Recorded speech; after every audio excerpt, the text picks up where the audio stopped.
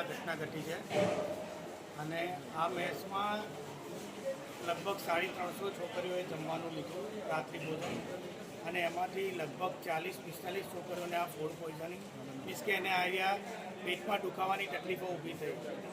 એટલે અમને જેવી આ ખબર પડી અને છોકરીઓએ કીધું કે આવી કોઈ તકલીફ અમને થઈ રહી છે અને અમે તાત્કાલિક અસરથી એ જે છોકરી હતી વિક્ટિમાઇઝ એ બધીને અમે અહીંયા એસએસજી હોલ તરફ ઇમરજન્સી સેન્ટરમાં એની તાત્કાલિક સારવાર માટે લઈ આવ્યા છે. અત્યારે બધી છોકરીઓ સ્ટેબલ છે અને લગભગ જે અમુક તબિયત જે સારી થતી જાય છે એને અમે હવે ધીરે ધીરે હોસ્પિટલ તમે પેલી જો કે 40-45 છોકરીઓ છે પણ ડૉક્ટરનું કેવું હોય છે કે એસી જેવા છે? ના, એસી જેવો ફિગર અમારી પાસેથી નથી આવ્યો. ટોટલ કેટલા લોકોને અસર હતી એ બી ટોટલ અમારી પાસે જે આંકડો આવ્યો છે 45 જેવી છોકરીઓ છે. ખાવામાં કેટલાને અસર થઈ છે? આ જાત 45 છોકરીઓને ખાવામાં આવી અસર થઈ, પરંતુ એમને જે 350 છોકરીઓ જેવી મેસમાં જમી હતી એટલે બધીને અસર નથી થઈ. આમાંથી જે અમુક છોકરીઓને અસર થઈ એને તાત્કાલિક લાવ્યો. ઓછામાં ઓછા 2.5 કલાક થયા અત્યારે પેશન્ટો આવે જ છે. ના, હવે ત્યાં અમે હોસ્ટેલ પર તપાસ કરી, કોઈ પણ ત્યાં હવે કોઈ સર તમે 1 કલાક પહેલાં અહીં આવ્યા હતા તમે પણ ત્યારે પણ તમે કીધું કે કોઈ આવે નહીં, ત્યાં સ્ટેબલ છે. એના પછી પણ એમ્બ્યુલન્સો ચાલુ છે.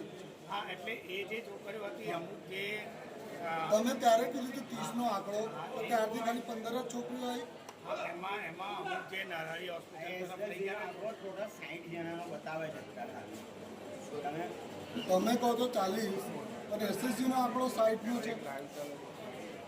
પેલી મેચ આજે ઓપનિંગ તમે આંકડો છુપાવો છો? ના, આંકડો હું છુપાવવાનો મારો કોઈ પ્રયાસ નથી. જે કંઈ છે તમારી સામે જે પારદર્શકતાથી બોલું છું અને જે કંઈ આંકડો આવે છે એ એસએસજી હોસ્પિટલ તરફથી અને અમારા હોસ્ટેલના રેકોર્ડ ઉપરથી જ અમે તમને જણાવીએ. ખાવામાં શું આપવામાં આવ્યું હતું? જમવામાં અમને પનીરનું સબ્જી હતું અને ખીર હતી અને દાળ ચાવલ અને એની જોડે જે કંઈ રોટી અને સલાડ ને બધું. ઘણી વખતો જે વિદ્યાર્થી નેતાઓ છે એમને પણ તમને આની રજૂઆત કરી છે ફૂડને લઈને, છતાં પણ આજે આમાં જે અત્યારે એકેડેમિક શરૂ થયું અને જે મેચ છે એ સોમવારથી જ કાર્યરત થઈ છે અને આ જે છે મેચ એ આપણે ગયા વર્ષે પણ આ જ કોન્ટ્રાક્ટ એમનો આખું વર્ષ હતો. આવી કોઈ ગંભીર ફરિયાદો આવી નથી. એ વર્ષે પણ આવી હતી. ના, અમારા નોલેજમાં એવી કોઈ ફરિયાદ સિરિયસ આવી હોય એવું અમારા ધ્યાનમાં નથી. આગળ કાર્યવાહી કરવામાં આવશે. ફૂડ પોઈઝનના શિકાર થયા છે ને એ જ્યારે એ ઘટના ઘટી ત્યારે બધી બહેનોને પ્રાઇવેટ હોસ્પિટલમાં લઈ ગયા.